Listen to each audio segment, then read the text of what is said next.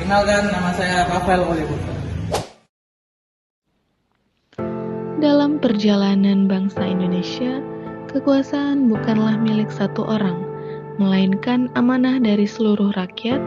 Untuk menjaga keseimbangan dan keadilan, kekuasaan negara dibagi menjadi 3 lembaga, yaitu eksekutif, legislatif, dan yudikatif. 3 pilar yang berdiri berdampingan, saling menguatkan demi terciptanya pemerintahan yang transparan dan berkeadilan. Lembaga eksekutif menjadi ujung tombak pelaksanaan pemerintahan, dipimpin oleh presiden dan dibantu oleh wakil presiden serta para menteri.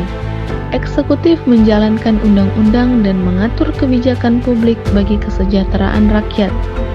Dari istana negara hingga ke pelosok desa, keputusan eksekutif menyentuh kehidupan masyarakat sehari-hari, menjadi wujud nyata dari mandatnya masyarakat.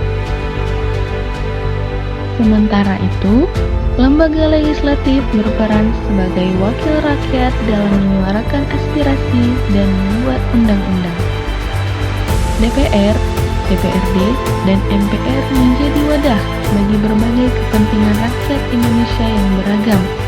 Melalui proses musyawarah dan pengawasan, legislatif memastikan agar pemerintahan berjalan sesuai dengan konstitusi dan tetap berpihak pada keadilan sosial bagi seluruh rakyat Indonesia.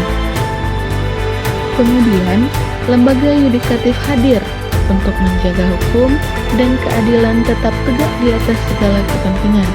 Melalui Mahkamah Agung, Mahkamah Konstitusi, dan Komisi Yudisial, yudikatif memastikan bahwa setiap kebijakan pemerintah tetap sesuai dengan nilai-nilai konstitusi dan hak asasi manusia. Mereka menjadi pengawal keadilan, menjaga agar hukum tidak menjadi alat kekuasaan, melainkan perlindungan bagi rakyat. Ketiga lembaga ini membentuk satu kesatuan dalam sistem check and balance, saling mengawasi, saling menyeimbangkan. Dari sinilah lahir pemerintah yang kuat, tetapi tidak sewenang-wenang berkuasa, namun tetap tunduk pada hukum. Karena pada akhirnya esensi dari demokrasi bukan sekedar tentang kekuasaan, melainkan tentang bagaimana kekuasaan itu digunakan untuk rakyat, oleh rakyat, dan demi rakyat Indonesia.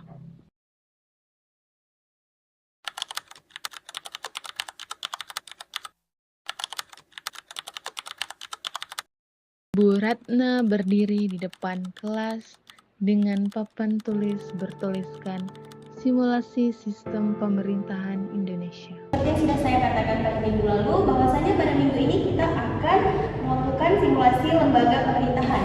Ada eksekutif, legislatif, dan yudikatif. Jalankan seperti pemerintahan sesungguhnya. Saya siap jadi presiden. Kita buat pemerintahan cepat dan efektif. Asal jangan lupa, presiden juga harus tunduk pada konstitusi.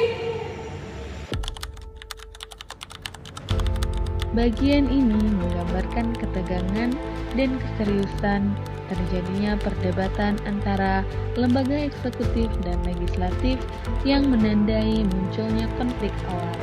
Masih memimpin rapat kabinet, beberapa mahasiswa berperan sebagai menteri. Oke, sekarang kita antar program Transisiko. Saya butuh laporan dana segera.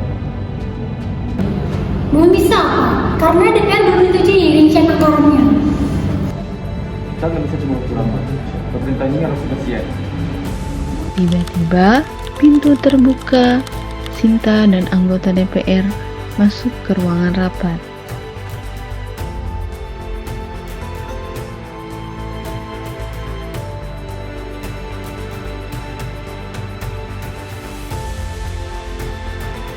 Presiden boleh efisien, tapi harus akuntabel. Kami dari pihak legislatif berhak tahu aliran dananya.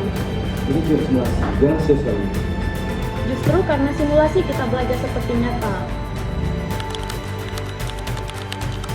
Bagian ini memperlihatkan ketenangan dan wibawa.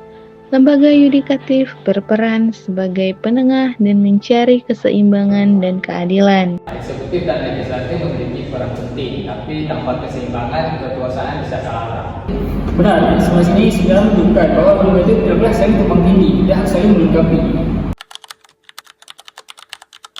Bagian ini menunjukkan dinamika yang ramah dan penuh energi. Perdebatan terbuka terjadi di hadapan publik dengan semangat demokrasi yang tinggi. Semua mahasiswa berkumpul dengan satu forum.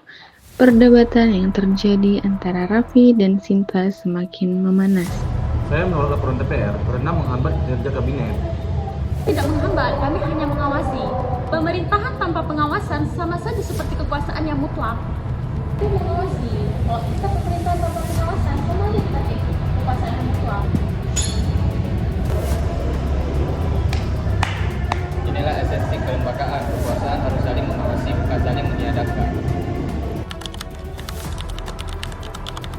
Bagian ini menghadirkan kehangatan dan kedamaian.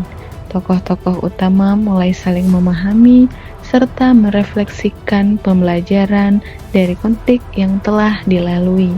Bu Ratna menjelaskan bahwa simulasi yang mereka jalankan ini bukan hanya sekedar tugas, tetapi juga menjadi gambaran tentang dinamika pemerintahan. Raffi, Sinta, Bayu, simulasi ini bukan hanya sekedar tugas, tapi kalian baru saja menjalankan sistem kecil dari pemerintahan kita. Jadi kalau lembaga itu saling berebut, apakah negara itu tidak bisa rusak? Betul begitu, Bu? Betul, karena yang menjaga negara ini bukan hanya satu pemimpin, tapi butuh sistem yang amanah dan jujur. Bagian ini menampilkan kesan tenang dan penuh makna. Semua tokoh bersatu dalam kesadaran bahwa kerjasama antar lembaga adalah kunci keseimbangan pemerintahan. Lucu ya, cuma simulasi tapi berasa kayak sidang beneran. Karena sistemnya nyata, cuma skalanya aja kecil. Mungkin suatu saat nanti kalau kita menjadi pemerintahan, kita bakal ingat hal ini. Bahwasannya kekuasaan tanpa lembaga itu sangatlah berbahaya.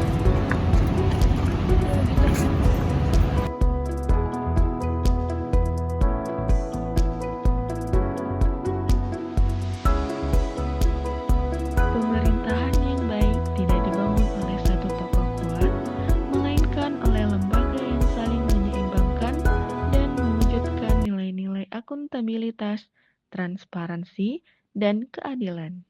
Somewhere I go when I need to make your face.